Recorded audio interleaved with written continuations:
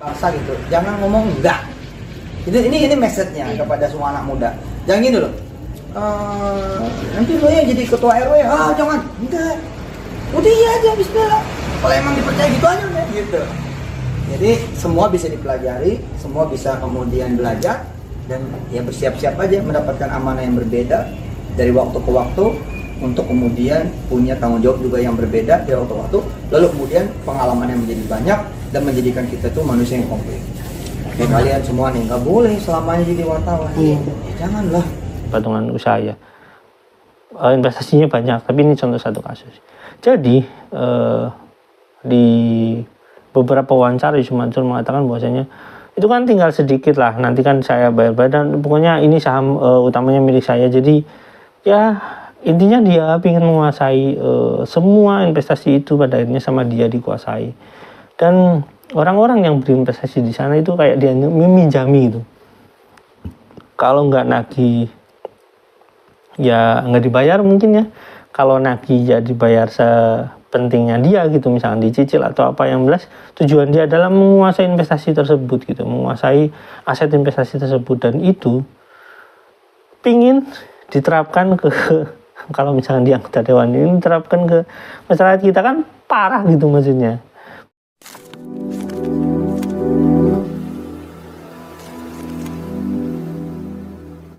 Assalamualaikum warahmatullahi wabarakatuh. Welcome back to my channel Tech TV. Ya teman-teman, ini kembali lagi di video selanjutnya ya teman. Ini masih ngebahas tentang Yusuf Mansur. Sebenarnya gini, saya ini udah bahas di video beberapa hari yang lalu lah, saya ketemu dengan Ustadz Tabrani tentang Yusuf Mansur yang dicalonkan di Perindo. Sebenarnya saya udah tahu beberapa hari yang lalu dan itu udah fix ya teman-teman. Tapi di sini dirilis lagi berita. Nah, menarik nih teman-teman. KTA dirilis, Yusuf Mansur resmi maju caleg Perindo Dapil DKI 1. Haritanu menunjukkan UYM membangun Indonesia yang maju dan sejahtera. Mengajak UYM ya, maju UYM. Kartu tanda anggota Jaman Nurotip Mansur alias Yusuf Mansur. Aliasnya masih ada ya teman-teman. Kayak di sini ada Republika Jakarta, Yusuf Mansur resmi bergabung dengan Partai Perindo, Partai Persatuan Indonesia Raya, Partai Persatuan Indonesia.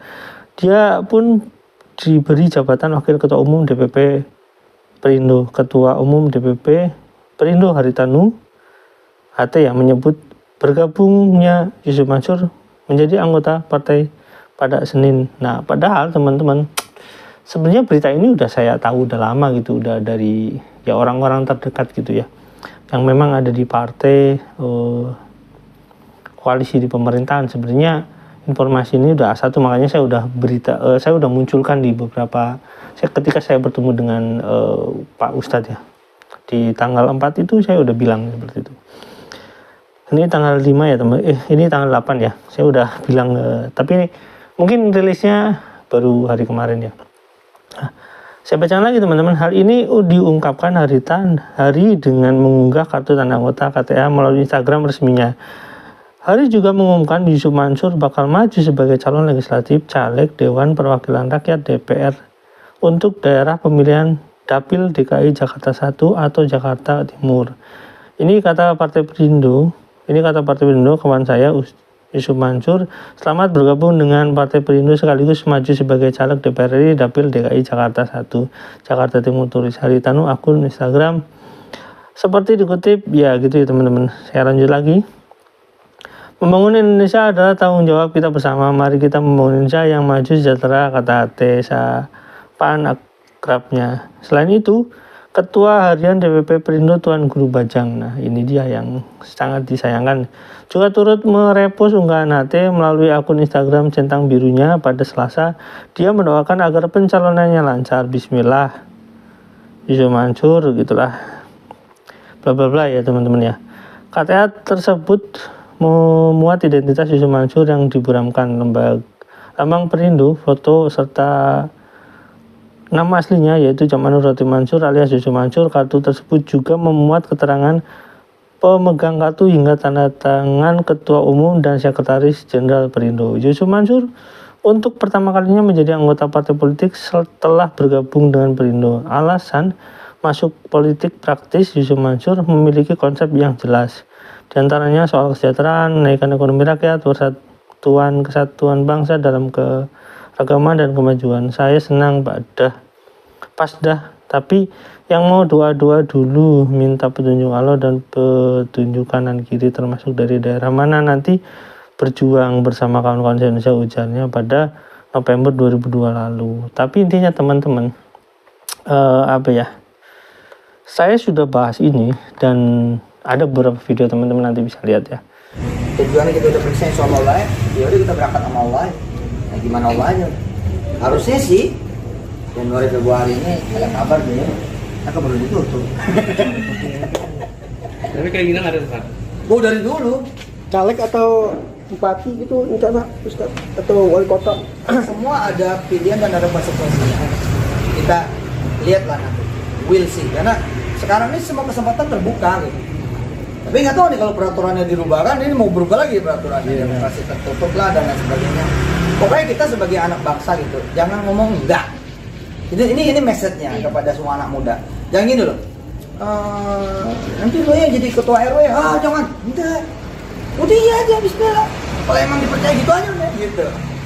Jadi semua bisa dipelajari, semua bisa kemudian belajar dan ya bersiap-siap aja mendapatkan amanah yang berbeda dari waktu ke waktu untuk kemudian punya tanggung jawab juga yang berbeda dari waktu ke waktu, lalu kemudian pengalaman yang menjadi banyak dan menjadikan kita tuh manusia yang komplit.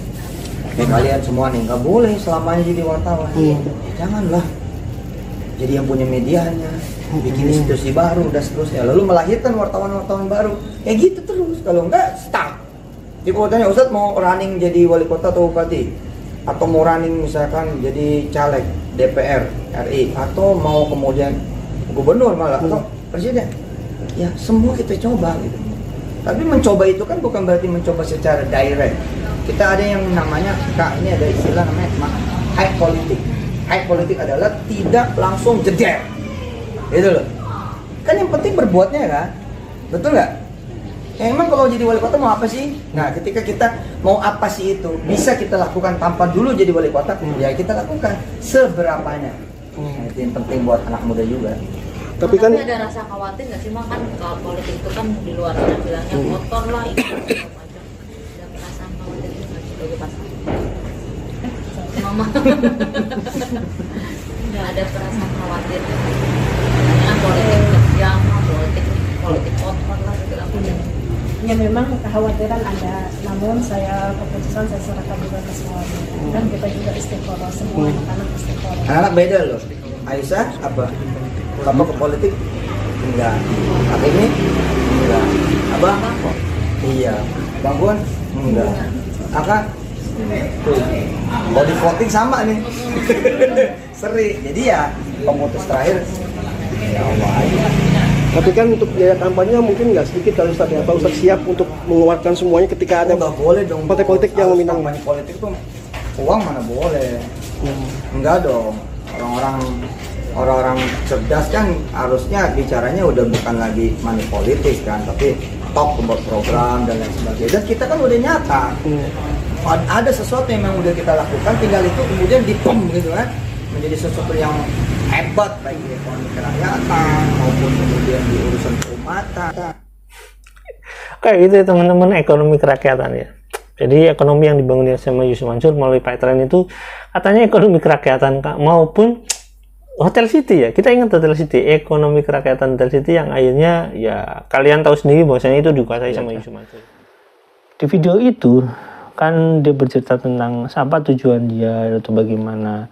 Pokoknya intinya tentang bagaimana dia nanti ekonomi kerakyatan, terus dia berbicara tentang agama ya teman-teman, dan kayak gitulah ya teman-teman.